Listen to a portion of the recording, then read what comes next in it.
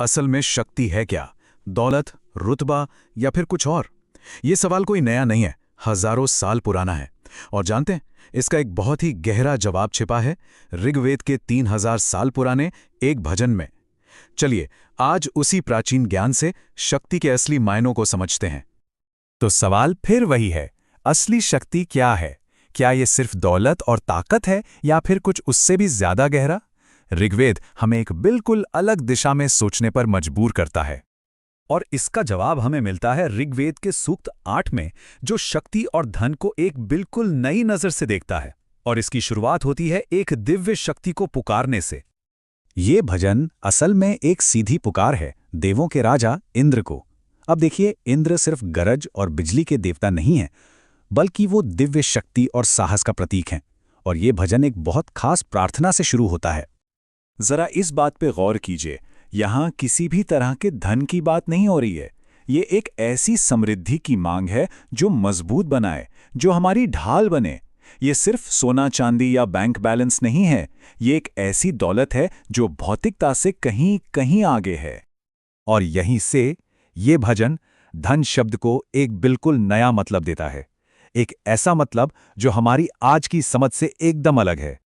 यहाँ जो सबसे जरूरी शब्द है वो है रेम। इसका मतलब सिर्फ पैसा या प्रॉपर्टी नहीं है, नहीं, ये एक कह सकते हैं एक तरह की संपूर्ण समृद्धि है। एक ऐसी दौलत जो हमारी रक्षा करे, हमें नैतिक बल दे और हमारी जीत पक्की करे।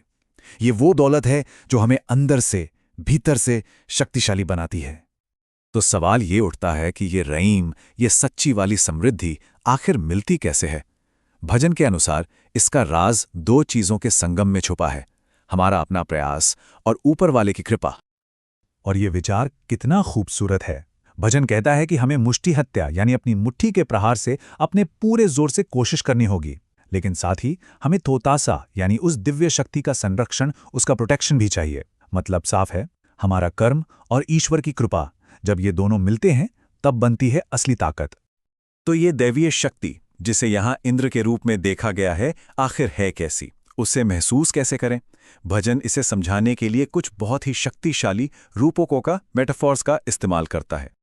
पहला रूपक कहता है कि इस दिव्य शक्ति की महिमा आसमान की तरह विशाल है, मतलब एक ऐसी शक्ति जिसकी कोई सीमा नहीं, कोई अंत नहीं, लिमिटलेस। दूसरा रूपक इस शक्ति को सोम से भरा हुआ एक महासागर बताता है। सोम यानी दिव्य ऊर्जा, उत्साह और चेतना का अमृत। जरा सोचकर देखिए, एक ऐसी शक्ति जो कभी थकती नहीं, कभी खत्म ही नहीं होती।